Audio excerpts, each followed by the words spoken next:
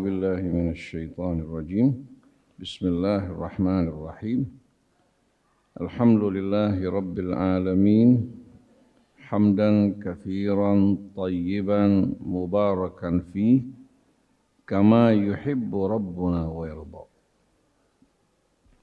اللهم صل وسلم وبارك على عبدك ورسولك سيدنا ونبينا محمد وآله وصحبه وسلم. Assalamu alayka ayyuhan nabi wa rahmatullahi wa barakatuh. Assalamu alayna wa ala ibadillahi salihin. Wassalamu alaikum warahmatullahi wabarakatuh.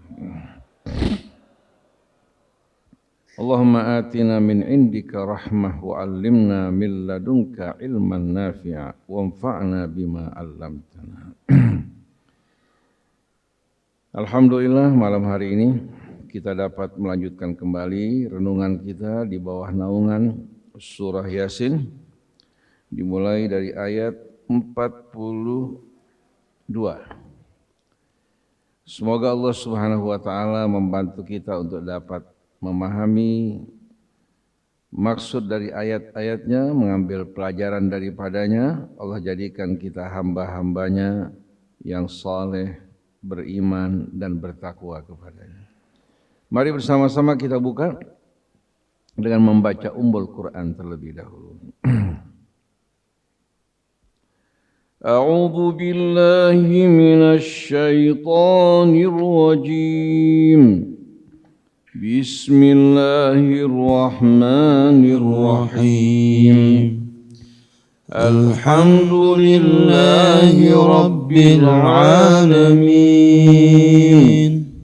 Ar-Rahmanir Rahim Maliki Yaumiddin Iyyaka na'budu wa iyyaka nasta'in Ihdinas siratal mustaqim Siratal ladzina an'amta 'alaihim غير المغضوب عليهم ولا الضالين.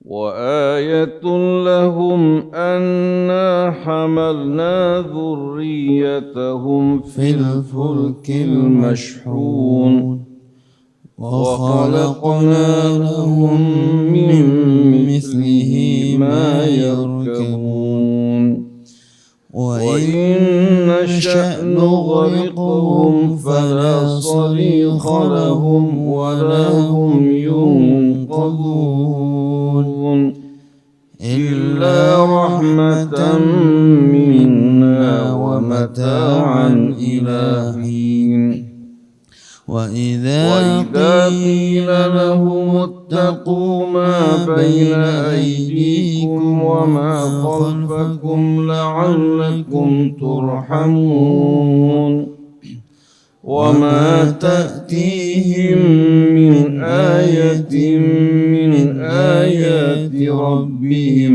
إلا كانوا عنها معرضين وإذا قيل لهم أنفقوا مما رزقكم الله قال الذين كفروا للذين آمنوا أنطعم من لو يشاء الله أطعمه إن أنتم إلا في ضلال مبين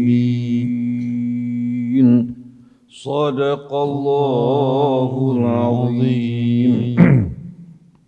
Sadaqallahul azim wa sadaqa rasuluhul karim. Setelah kita berlindung kepada Allah dari gangguan dan godaan syaitan yang terkutuk, kita mulai dengan nama Allah yang Maha Pemurah lagi Maha Penyayang. Allah mengingatkan kita akan sebahagian dari ayat-ayat kebesarannya. Pada pelajaran yang lalu Allah tunjukkan pada kita bukti-bukti kekuasaan Allah untuk menghidupkan mereka-mereka yang telah mati melalui tumbuh-tumbuhan dari tanah yang kering kerontang. Begitu Allah turunkan butiran hujan, kehidupan kembali berdenyut. Lalu perumpamaan berikutnya atau tanda-tanda berikutnya, Allah menunjukkan kepada kita akan kesempurnaan dari takdirnya, hukum-hukum dan aturannya yang diperagakan melalui matahari sebagai poros bagi planet-planet yang mengelilinginya, tapi dia sendiri beredar mengitari galaksinya dan semua dalam keadaan bertasbih kepada Allah Subhanahu wa taala.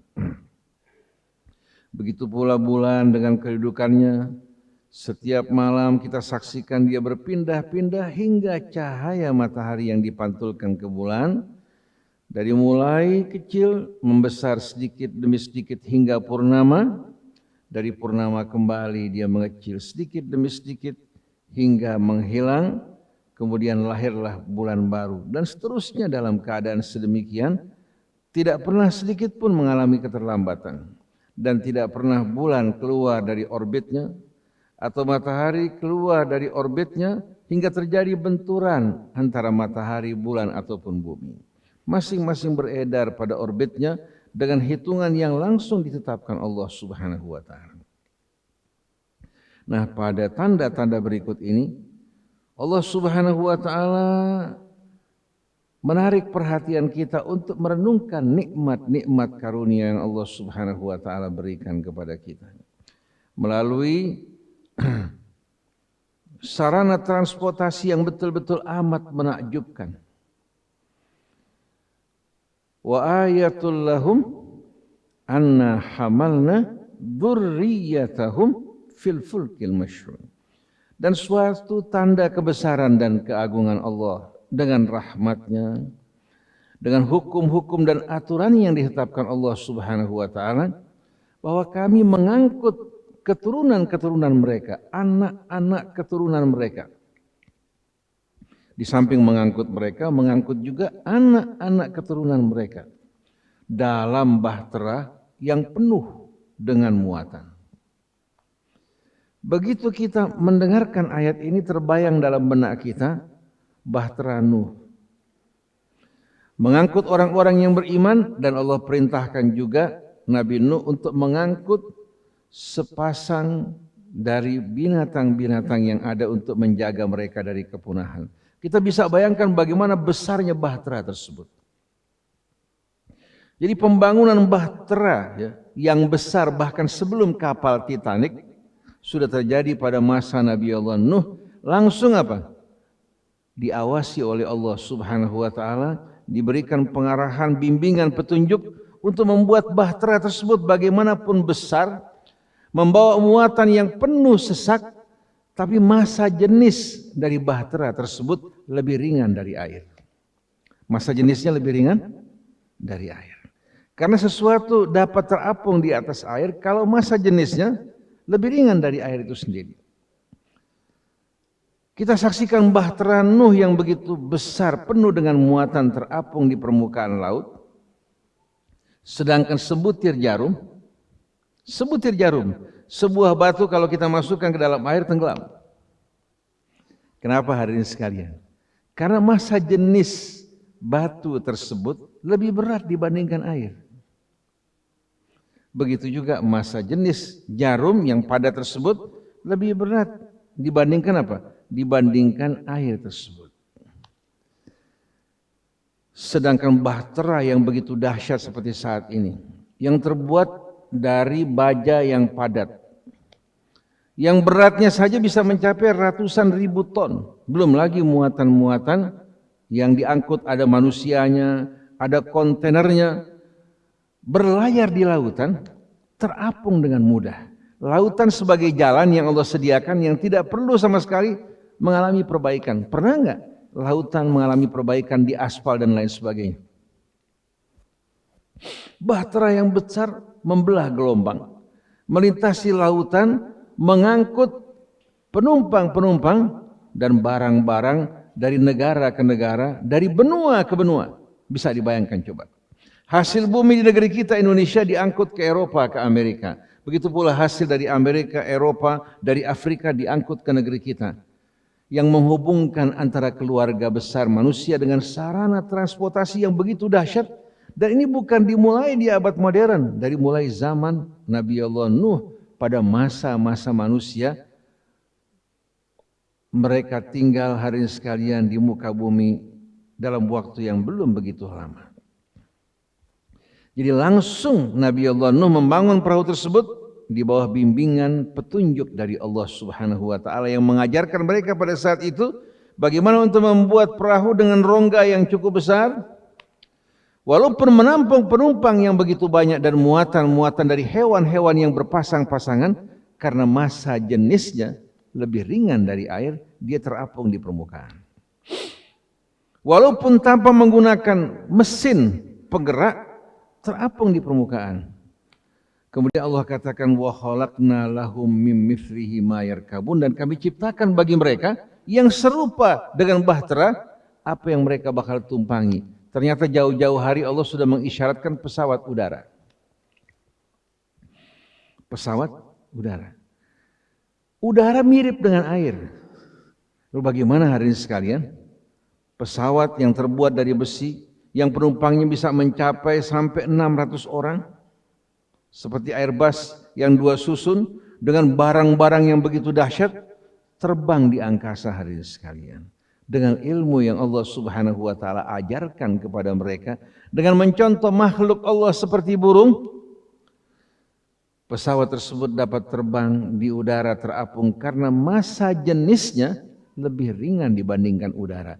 Tapi pesawat membutuhkan bantuan mesin untuk dapat terbang di udara. Tapi kalau kapal-kapal, walaupun terbuat dari besi, tanpa digerakkan dia terapung di atas air. Ini merupakan rahmat dan karunia Allah yang tak terhingga bagi kita. Wa khalaqna lahum mim mithlihi ma yarkabun, kami ciptakan bagi mereka umat manusia tanpa melihat suku bangsanya di benua mana mereka tinggal, kendaraan yang serupa yang mereka tumpangi. Kalau Allah sebutkan pada saat itu, dan kami juga menciptakan pesawat-pesawat udara yang akan mengangkut mereka, kira-kira orang-orang pada saat itu bisa menerima nggak dengan akal mereka? Bisa-bisa mereka ingkar kembali kepada Nabi Muhammad, akan mengatakan bahwa ini omongan orang yang tidak berakal. Karena belum punya kemampuan ke arah tersebut. Oleh karena itu Allah gunakan bahasa isyarat, kami ciptakan bagi mereka yang serupa yang mereka bakal tunggangi. Betul-betul hari ini sekalian amat menakjubkan perkembangan transportasi pada masa kini. Semua jangan dianggap melangkahi hukum Allah. Semuanya hari ini sekalian justru apa? Menyesuaikan dirinya dengan hukum Allah. Nah ini seperti yang kita baca dalam suratul A'la. Sabbihisma rabbikal a'la. Sucikan nama kebesaran keagungan Tuhanmu yang maha suci. Dia Tuhan yang maha suci, yang maha agung, yang maha mulia, yang maha tahu lagi maha bijaksana. Allazi khalaqa fasawwa, yang menciptakan segala sesuatu dengan penuh keseimbangan.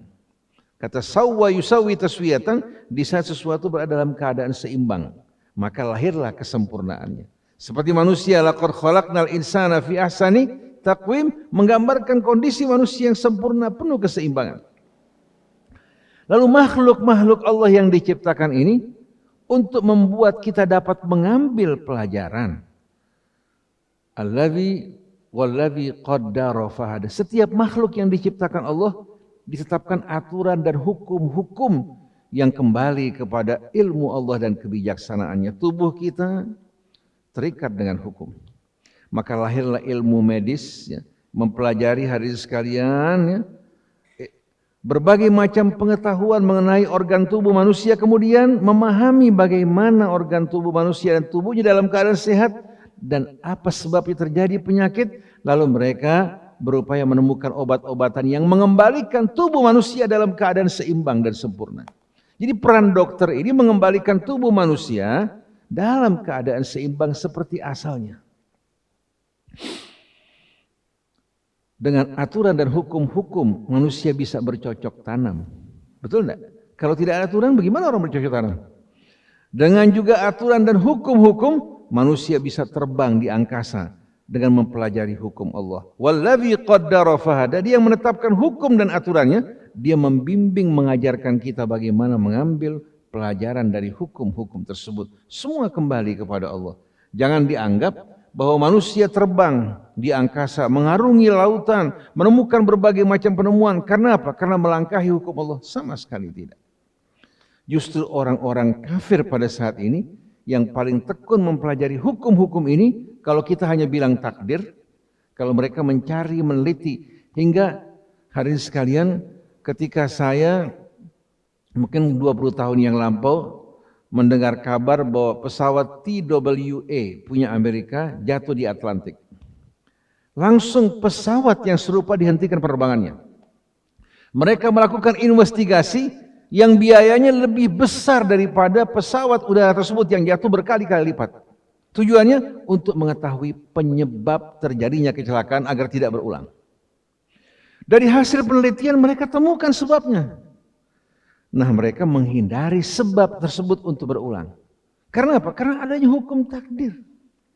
Hukum-hukum yang begitu sempurna. Begitu juga pada saat pesawat ulang-alik yang diterbangkan di stasiun NASA Amerika.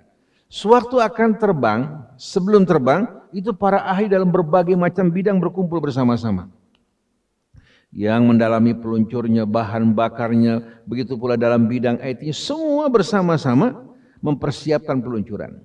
Dan hitungannya bukan hitung naik ke atas, tapi hitung mundur. 10, 9, 8, 7, 6, 5, 1, begitu angka 0, pesawat diluncurkan.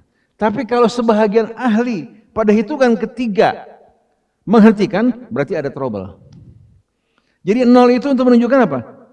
Tidak terdapat trouble dalam persiapan penerbangan. Jadi bersama-sama mereka monitor bahagian dari pesawat tersebut apakah ada gangguan. Subhanallah, manusia bagaimanapun pandainya hari ini sekalian tetap ada kesalahan. Pada saat makok pesawat ulang-alik diluncurkan, ternyata begitu bertemu dengan lapisan atmosfer yang panasnya tinggi, terjadi kecelakaan. Waktu dilakukan penelitian, ternyata ditemukan lapisan keramik penahan panas tubuh pesawat ulang-alik tersebut terlepas. Jadi yang menjaga panas itu bukan besi, keramik. Tanah itu lebih tahan dibandingkan besi ya, untuk mencair.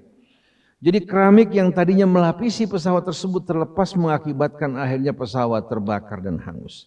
Mereka berupaya untuk meneliti sebabnya. Kalau kita mengatakan takdir Allah, bahkan kesalahan manusia dikembalikan pada takdir Allah. Padahal seharusnya kita kembalikan kepada siapa? Kesalahan kita. Contohnya, ada orang bangun jembatan.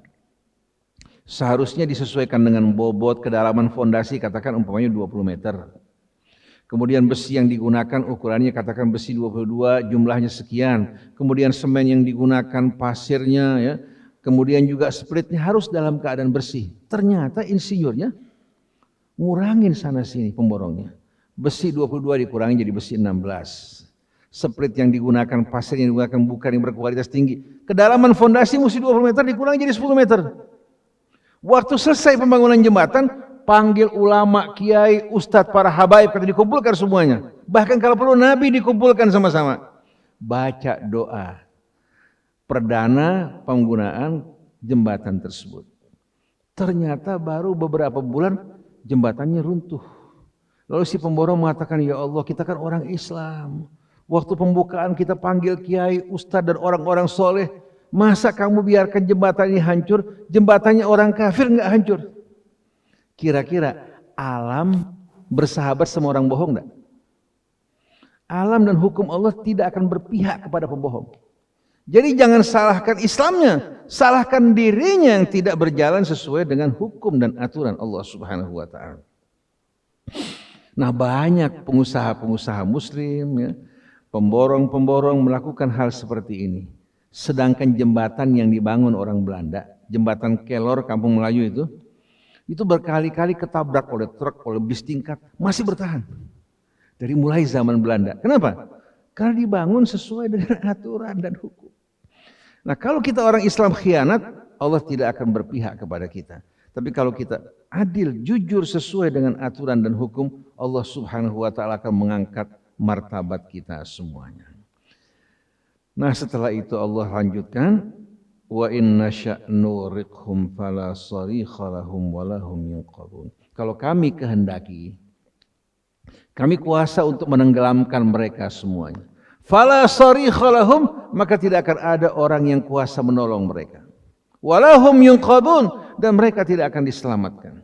Bagi Allah untuk mencelakakan satu bahtera yang besar mudah sekali. Kalau bukan dengan badai dan topan, bisa saja hari ini sekalian dengan benturan yang terjadi, membentur gunungan es seperti kapal Titanic.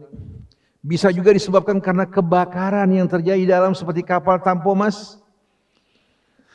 Berbagai macam cara bisa Allah lakukan tanpa harus mengirimkan bala tentara dari langit untuk menghancurkan mereka-mereka yang sedang berlayar di lautan. Tapi ingat, Allah tidak mungkin akan mencelakakan orang yang zalim.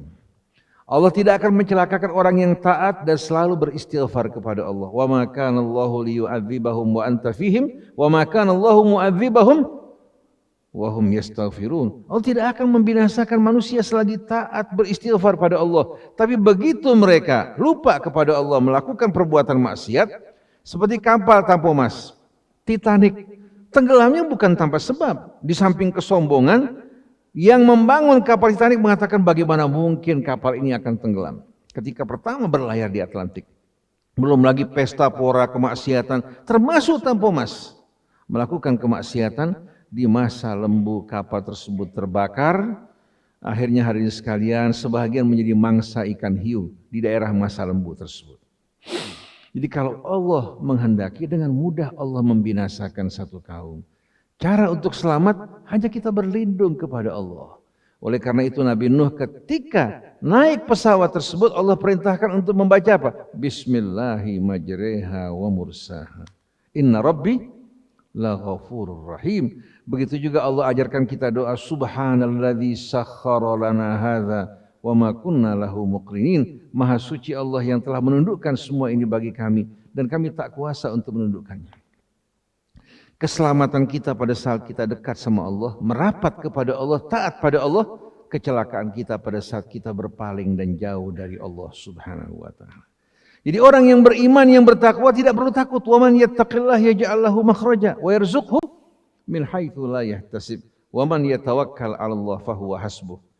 Contohnya Ibrahim dilemparkan ke dalam api yang mencelakakan, yang membinasakan, api berubah menjadi dingin. Sayyidah Hajar ditempatkan di tanah yang tak bertuan, tak terdapat tumbuhan maupun air, tapi karena Allah bersama mereka, mereka bersama Allah, Allah berikan kemuliaan buat mereka. Maka buat anak-anak kita dalam perjuangan hidup ini jangan pernah lupa dan meninggalkan Allah Subhanahu wa taala. Keselamatan akan menyertai kita. Begitu kita lupa kepada Allah, Allah akan meninggalkan kita. Allah tidak akan dirugikan, tapi kita yang akan mengalami kerugian. Selanjutnya wa idza qila lahum ittaqu ma baina aydikum wa ma khalfakum la'allakum turhamun. Dan apabila dikatakan kepada mereka, bertakwalah kalian, berhati-hatilah kalian, jaga diri kalian dari apa yang ada di hadapan kalian yang akan datang. Wa ma khalfakum, dan apa yang di belakang kalian. Yang di hadapan kita dengan sendirinya apa-apa yang akan datang, kita tidak tahu apa yang kita akan hadapi. Di belakang kita, perbuatan-perbuatan yang pernah kita perbuat dari kesalahan, dari dosa, dari kemaksiatan. Kalau kita tidak bersiap-siap dengan bertaubat kembali kepada Allah, akan menjadi ekor yang akan terus mengikuti kita. Kullu nafsin bima kasabat rahina. Tiap jiwa terbelenggu, terikat dengan perbuatannya. Illa ashabal yamin, kecuali golongan kanan, fi jannatin yatasaalun, di taman surga mereka saling bertanya-tanya. Jadi yang berkaitan dengan dosa, perbuatan, kesalahan di belakang kita, banyak-banyaklah bertaubat dan beristighfar. Untuk apa yang di hadapan kita, hendaklah kita berjalan di atas apa? Jalan Allah dan bertakwa kepadanya. Kalau kita bersiap-siap, insya Allah dengan bertakwa kepada Allah, bertaubat dari kesalahan kita, Allah Subhanahu wa taala tidak akan pernah meninggalkan kita. Tapi kalau orang menyepelekan dosanya, bahkan bangga menceritakan kesalahannya, kemudian tidak sama sekali khawatir terhadap apa yang mereka akan hadapi dari mulai hari kebangkitan, hari akhir, hari hisab, serta azab Allah, orang semacam ini, orang-orang yang dibiarkan oleh Allah berlarut-larut dalam dosa, begitu datang kematian dia menghadapi ancaman yang amat mengerikan. Jadi bila dikatakan kepada mereka, waspadalah, hati-hatilah kalian, takutlah dari apa-apa yang di hadapan kalian maupun di belakang kalian. Kita tidak tahu apa yang di depan. Dan kita juga manusia yang tak luput dari dosa, kesalahan, dari akibat-akibat perbuatan kita. Jalan satu-satunya, mohon ampun bertaubat, yang akan menghapuskan dosa kita, membebaskan dari hisab, dan untuk di masa yang akan datang kita bertakwa dan berserah diri kepada Allah Subhanahu wa taala. Wa idza qila lahum ittaqu ma baina aydikum wa ma khalfakum la'allakum turhamun, agar kalian selalu dirahmati Allah Subhanahu wa taala. Wa ma ta'tihim min ayatin min ayati rabbihim illa kanu anha mu'ridin, dan tidak datang kepada mereka satu tanda dari tanda-tanda kebesaran kekuasaan Tuhan mereka, kecuali mereka dengan penuh sombong berpaling daripadanya. Ayat-ayat Allah yang lalu lalang di hadapannya tidak diperdulikan. Kebesaran keagungan Allah tidak terlihat, tapi pencapaian makhluk, pencapaian mereka di dunia ini menjadi sorotan kebanggaan mereka. Oleh karena itu sedih sekali kita punya media sosial, baik lokal, nasional maupun internasional, jarang sekali yang menghubungkan berbagai macam penemuan keajaiban dengan Allah Subhanahu wa taala. Bahkan kalau duduk di satu majelis pertemuan, baik itu aparat pemerintah, kalangan cendekiawan, jarang yang mengatakan alhamdulillah kita telah berhasil dengan bantuan Allah untuk menemukan penemuan-penemuan yang baru. Kita berhasil mencapai target-target yang tidak pernah terbayang dalam benak kita. Coba dalam majelis Allah yang disebutkan kebesaran dan keagungannya, pencapaian kita juga dikaitkan dengan Allah. Niscaya keberkahan akan datang pada kita. La in syakartum la azidannakum wa la in kafartum inna adzabi lasyadid. Tapi yang selalu menjadi sebutan sosok-sosok makhluk yang dianggap apa? Sukses, berhasil, melakukan penemuan pencapaian, atau artis-artis atau YouTuber. Sekarang hari ini sekalian yang menjadi tolok ukurnya apa? YouTuber yang para pemirsanya jumlahnya cukup besar, penghasilan pendapatannya satu bulan ada yang mencapai 1 miliar, 2 miliar, itu yang menjadi perhatian dan daya tarik mereka. Sampai ustadz atau ustadzah mau jadi YouTuber aja katanya. Capek jadi ustadz, penghasilannya sedikit, mau jadi YouTuber. Begitu juga ibu-ibu ustadzah. Menyedihkan enggak? Terpesona, tertipu oleh kehidupan dunia yang fana yang bakal kita tinggalkan. Silau dengan kehidupan gemerlap yang kita saksikan mereka yang berpindah dari tempat ke tempat yang luar biasa. Bahkan benar skala sekarang tergantung apa? Tergantung yang sedang ngetren di media. Bukan kembali kepada tolok ukur kebenaran yang datang dari Allah. Oleh karena itu mereka bisa menganggap orang yang menentang LGBT ekstrim. Bisa mengatakan bahwa orang-orang yang menentang LGBT adalah ekstremis dan orang-orang yang melanggar hak asasi manusia. Justru sebaliknya, kalau LGBT dibiarkan, manusia akan mengalami kehancuran, penyebaran penyakit, belum lagi azab yang datang dari Allah seperti yang dialami oleh kaum Lut. Betul enggak? Allah ciptakan manusia sepasang pria wanita, enggak ada jenis ketiga. Yang bukan pria bukan wanita, yang ada pria dan wanita. Ya ayyuhan nas inna khalaqnakum min dzakarin. Jadi kalau pria dengan pria, wanita dengan wanita, ini merupakan penyakit keganjilan yang wajib kita tolak, bukan sikap ekstrim, sikap yang sesuai dengan fitrah manusia. Kalau ekstrim itu yang keluar dari jalur, yang keluar dari rel. Manusia berpasang-pasangan pria wanita, kalau pria dengan pria, wanita dengan wanita berpasangan, itu namanya ekstrim. Tapi mereka gunakan kata ekstremis pada orang yang menolak LGBT, mereka gunakan kata ekstremis pelanggar hak asasi manusia terhadap orang yang menolak kemaksiatan. Nanti pengedar narkoba dengan alasan bahwa ini hak kita, hak asasi manusia, kamu nggak boleh menghalangi kami. Orang datang bawa bensin mau bakar rumah kita, ini hak asasi manusia. Kalau masing-masing ingin menjalankan melaksanakan hawa nafsunya, langit bumi akan mengalami kehancuran. Walawittaba'al haqqu ahwahum la fasadata. Kalau kebenaran harus mengikuti apa? Mengikuti hawa nafsu manusia, langit bumi akan hancur semuanya. Jadi tolok ukur yang paling tepat yang datang dari pencipta kita. Allah ciptakan pria wanita berpasang-pasangan. Oleh karena itu kita harus menjaga hal ini ya. Dan betul-betul apa? Kita mohon kepada Allah Subhanahu wa taala untuk menjaga, memuliakan dan menyempurnakan fitrah kita. Karena ini perbuatan yang amat keji, memalukan yang menyebabkan azab Allah turun kepada kita semuanya. Jadi wa ma ta'tihim min ayati rabbihim illa kanu anha mu'ridin, dan tidak ada ayat yang datang kepada mereka dari ayat-ayat Tuhan mereka kecuali mereka berpaling, menyombongkan diri, bahkan pandangan mata mereka tertuju pada dunia dan sosok-sosok yang tampak di pentas dunia ini. Dan subhanallah, dengan berkembangnya media sosial kita saat ini, itu membuat anak-anak kita banyak tanpa disadari di luar kendali. Dan mereka pada masa tumbuh mau tidak mau kan mudah sekali berinteraksi kan. Oleh karena itu melarang merupakan cara yang tidak benar. Tapi bagaimana meluruskan, menjaga untuk bisa menyerap menu-menu yang positif yang bermanfaat untuk pendidikan dan masa depan mereka. Nah yang terakhir, wa idza qila lahum anfiqu mimma razaqakumullah. Kalau dikatakan pada mereka, anfiqu mimma razaqakumullah, berinfaklah kalian, menginfakkan sebahagian yang Allah berikan kepada kalian.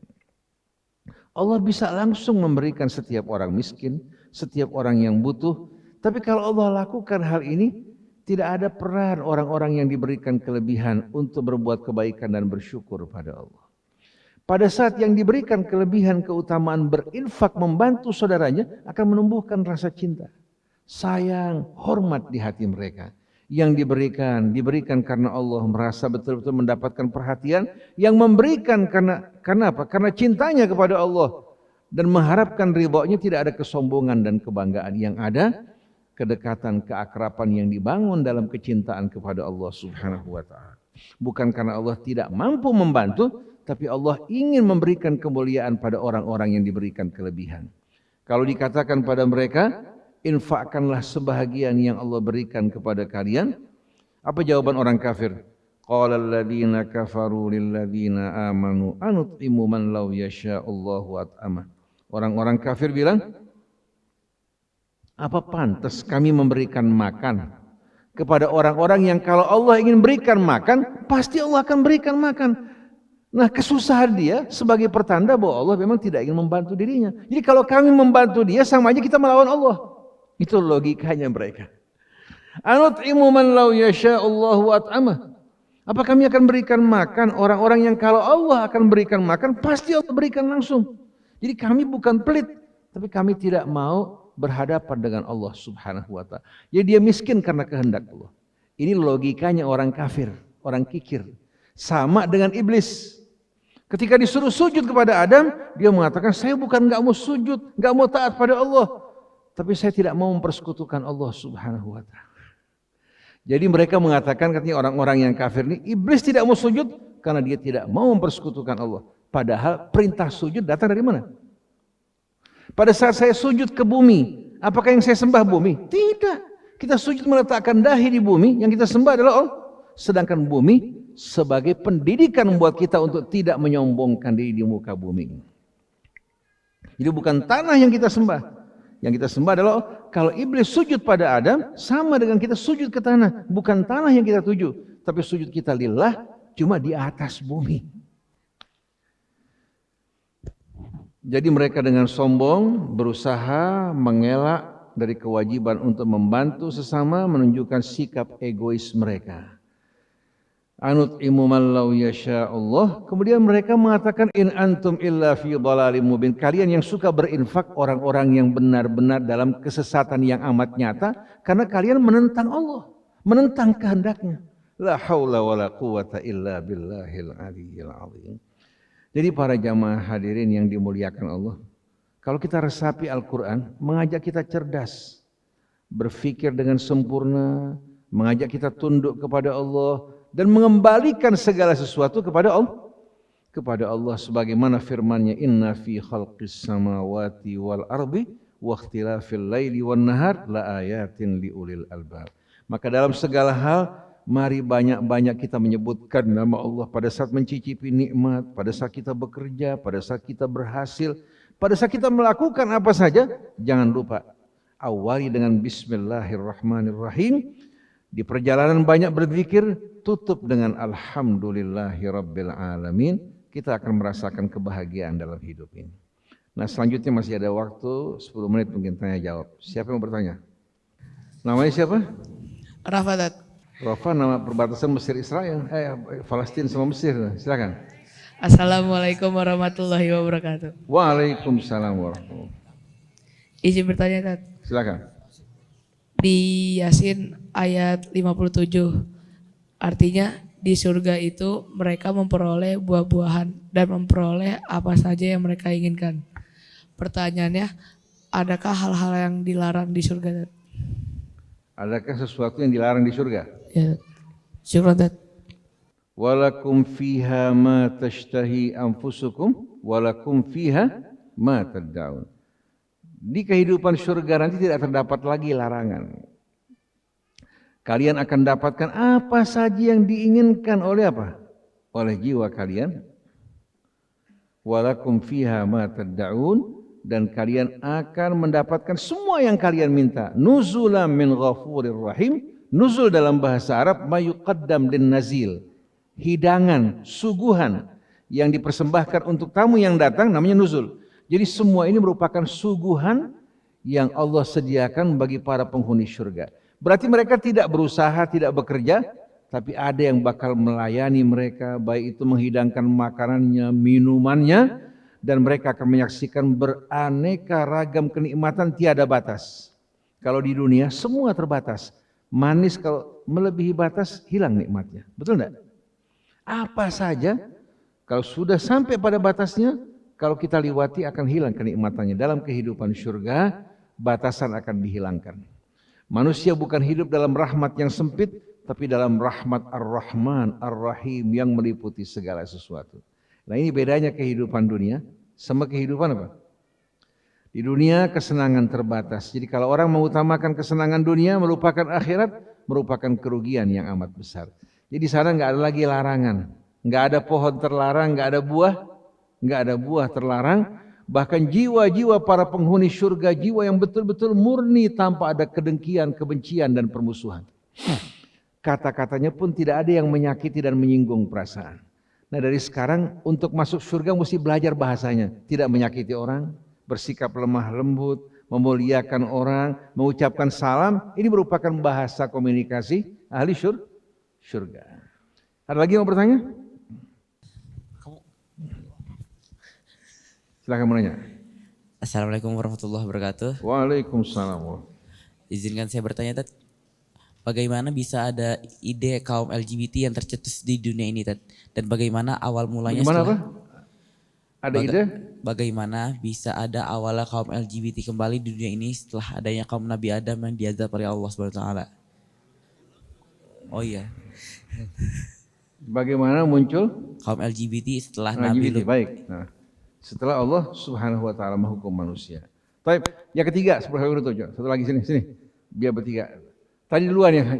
Silakan. Assalamualaikum warahmatullahi wabarakatuh. Ustaz, izin bertanya, apa saja Ustaz keutamaan apabila kita membaca surat Yasin setiap hari? Baca apa? Membaca surat Yasin setiap hari. Setiap hari. Ya. Keutamanya. Baik. Syukran. Kalau kita perhatikan manusia dengan apa? Dengan kodratnya, ya. Dengan kodrat yang Allah Subhanahu wa taala ciptakan, normalnya pria dengan wanita berpasangan dan di jalur yang telah ditetapkan oleh Allah, bukan liar seperti binatang, karena manusia diciptakan untuk tujuan yang lebih besar. Kalau binatang kambing, kalau banyak berhubungan melahirkan anak menguntungkan manusia enggak? Tunda seberapa menit ya. Kalau binatang ayam berkembang biak dengan pesat, Kira-kira menguntungkan manusia enggak? Tapi kalau ayam sama kambing diatur sama penghulu, ini siapa? Apa yang terjadi? Produktivitasnya menurun kan? Jadi kalau binatang memang diciptakan untuk manusia sebagai hidangan buat mereka. Tapi kalau manusia diciptakan untuk menjalani tugas amanat dan kehidupan mulia dalam kehidupan dunia untuk meraih kemuliaan di hari akhir nanti. Itu merupakan ketetapan Allah. Allah pasangkan pria dan wanita. Oleh karena itu ketika kaum Lut melakukan perbuatan ini, Allah Subhanahu wa taala mengatakan bahwa kalian telah melakukan perbuatan yang tidak pernah dilakukan umat sebelum kalian, kalian orang-orang yang telah melampaui batas. Nah, terjadinya penyakit ini bukan tanpa sebab, bukan tanpa sebab. Perilaku manusia ini bisa membuat orang yang tadinya normal menjadi tidak normal. Contoh laki-laki, kejadian dia punya saudara kebanyakan perempuan semuanya. Dia hidup di tengah-tengah saudara perempuannya, sampai pakaiannya pun yang dipakai pakaian perempuan. Mainan-mainan juga mainan perempuan, sampai akhirnya yang tumbuh di hatinya apa? Bukan kelaki-lakian tapi apa? Watak wanita. Akhirnya yang disukai siapa? Seperti yang disukai saudari-saudari perempuannya, laki-laki. Saya kenal dengan seorang dari mulai kecil pakai bedak, kemayu, kesana kemari. Wah, ini mulai gejala-gejala yang kurang bagus kan? Betul akhirnya. Seharusnya perempuan jangan dikasih main tembak-tembakan, betul nggak? Perempuan kasih boneka-boneka, tapi kalau laki main boneka-bonekaan, repot nggak? Main masak-masakan, ini bisa menimbulkan hal yang tidak bagus. Begitu juga Rasulullah mengajarkan, bila orang sudah tiba pada usia 10 tahun, tidak boleh tidur sama-sama berdempetan. Tidur sama-sama berdempetan, tapi fafarriqu bainahum fil mawaji, pisahkan tidur mereka. Kemudian laki-laki juga harus menjaga auratnya di hadapan sesamanya. Di hadapan kita di Mesir di Al-Azhar, banyak pelajar-pelajar dari Thailand, termasuk sebagian Indonesia. Kalau jalan percis seperti perempuan, gemulai. Akhirnya orang-orang Afrika yang berkulit hitam melihat mereka ini menjadi mangsa, menjadi sasaran. Waliyahbillah. Laki-laki jalan harus seperti laki-laki. Jangan gayanya kemayu, gemulai, cara bicaranya juga apa? Seperti perempuan. Jadi dalam hal ini kesalahan ya, dari apa? Dari perilaku, dari pola hidup. Begitu juga terkadang menyaksikan juga tayangan-tayangan yang tidak baik. Akhirnya karena syahwatnya timbul, tidak ada lawan jenisnya yang dihalalkan Allah, akhirnya terhadap sesama teman seperti yang banyak terjadi di pesantren. Nah, maka di Insan Mandiri ini harus betul-betul anak-anak kita menjaga batasan-batasan. Masuk ke kamar mandi juga jangan bersama-sama, di kamar juga berpakaian sopan, tidur juga terpisah dengan baik-baik untuk menjaga, bukan berarti apa? Pasti akan terjadi. Ada juga sebab yang lain, seorang laki-laki sakit hati terhadap seorang perempuan, disakiti, timbul kebencian, kemarahan, dia ingin terbebas dari apa? Ikatan dengan perempuan, akhirnya mulai dia melakukan apa? Melakukan hubungan dengan sesama laki-laki karena kebenciannya pada perempuan. Ada lagi orang-orang yang tidak mampu, orang-orang yang punya penyakit homoseksual ini menawarkan kehidupan yang baik, layak buat dirinya. Akhirnya terpaksa karena kebutuhan hidup, dia rela untuk menjadi pasangan gaib. Begitu sekali dua kali terjadi penularan sampai membuat dia tidak tertarik pada lawan jenisnya. Waliyahbillah. Jadi kita wajib menjaga karena bisa terjadi penyimpangan bukan hanya pada zaman Nabi Allah Lut, pada saat ini, pada masa apapun, di saat manusia keluar dari rel bisa terjadi penyimpangan. Apalagi kalau dia makan yang haram, jauh dari pendidikan agama. Bisa berbagai macam sebab menimbulkan orang terjerumus ke dalam penyimpangan seksual. Buat saudara kita tadi berkaitan dengan surat Yasin, membaca surat Yasin setiap hari boleh saja. Tapi bagi orang yang beriman, sebaiknya di samping membaca surat Yasin yang dia suka, setiap harinya membaca dari awal Al-Quran. Katakan mempunyai setengah juz, 1 juz, terus 1 bulan dia hatamkan. Itu baik. Sebagaimana yang diajarkan oleh Nabi kita maupun sahabat-sahabat Nabi kita. Tapi memilih surah yang dia suka boleh. Membaca suratul Rahman, membaca surat Yasin, ada yang membaca suratul Kahfi, ada yang membaca suratul Mulk. Orang bilang ada pilihan-pilihan khusus buat dirinya. Tapi dibaca kalau bisa resapi maknanya. fahami untuk bisa menjadi bekal hidup, karena Quran bukan hanya kitab yang dibaca dengan irama yang indah saja, tapi untuk diresapi, dihayati sebagai panduan hidup kita semuanya. Mudah-mudahan Allah jaga anak kita semua dari hal-hal yang menyimpang, dari fitrah, dari kebenaran tuntunan agama, dijaga kesuciannya, dibimbing oleh Allah Subhanahu wa taala untuk menjadi manusia-manusia yang berilmu, bertakwa, berjuang di jalannya, menjadi manusia yang berguna untuk memimpin negara kita di masa-masa yang akan datang insyaallah. Amin ya rabbal alamin. Subhanakallahumma wa bihamdik asyhadu an la ilaha illa anta astaghfiruka wa atubu ilaik wal afu minkum. Wassalamualaikum warahmatullahi wabarakatuh.